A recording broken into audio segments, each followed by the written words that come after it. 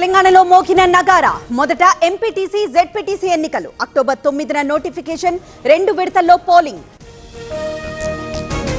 సినీ కార్మికుల సమస్యలపై focus committee ఏర్పాటు చేసిన ప్రభుత్వం చైర్మన్ గా లేబర్ కమిషనర్ కాళేశ్వరం వ్యవహారంపై ఏసీబీ నజర్ విజిలెన్స్ పంపిన లేఖ సీఎస్ కు ప్రభుత్వ అనుమతి రాగానే దర్యాప్తు కొత్తగా మాట్లాడాల్సింది ఏమీ లేదు ఇప్పటికే లేఖ రిలీజ్ చేశా బాలకృష్ణ వ్యాఖ్యలపై చిరంజీవి స్పందన ముసరాంబాగ్ బ్రిడ్జ్ పటిష్టతపై అనుమానాలు పూర్తిగా కొట్టుకుపోయిన రైలింగ్ రాకపోకలు నిలిపివేత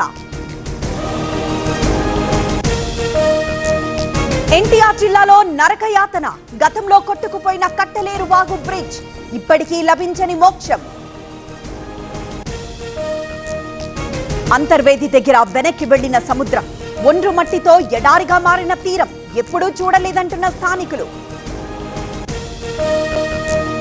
శ్రీశైలానికి భారీ వరద సాగర్ కు పోటెత్తిన ఫ్లడ్ కొనసాగుతున్న విద్యుత్ ఉత్పత్తి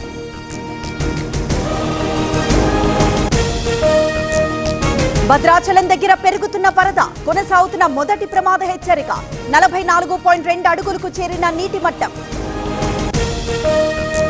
పులిచింతల నుంచి భారీగా వరద దిగువకు 6 లక్షల క్యూసెక్కుల ఫ్లడ్ నీట మునిగిన పంట పొలాలు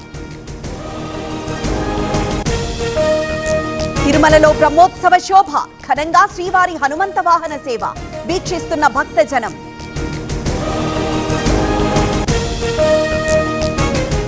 తిరుమలలో భక్తుల రద్దీ సర్వదర్శనానికి 24 గంటల సమయం కృష్ణతేజ గెస్ట్ హౌస్ వరకు క్యూ లైన్ ఇంద్రకీలాద్రిపై దసరా ఉత్సవాలు సరస్వతీదేవిగా దుర్గమ్మ మూలా నక్షత్రం కావడంతో రద్దీ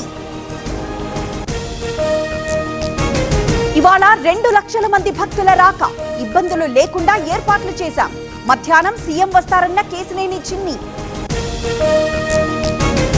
అమలాపురంలో అమ్మవారి పూలదండకు డిమాండ్ 5 లక్షలు పలికిన వేలంపాట దక్కించుకున్న ఆకుల లక్ష్మణరావు శ్రీశైలానికి పెరిగిన భక్తుల రద్దీ దర్శనానికి 2 గంటల సమయం ఆర్జిత అభిషేకాలు కుంకుమార్చనలు నిలిపివేత బాసరకు వరద ముప్పు లేదు భక్తులు అధైర్యపడద్దు నిర్మల్ కలెక్టర్ అభిలాషాభినవ్ భరోసా ఢిల్లీలో అక్రమ చొరబాటు 2 బంగ్లాదేశీల అరెస్ట్ తిరిగి పంపిస్తున్న పోలీసులు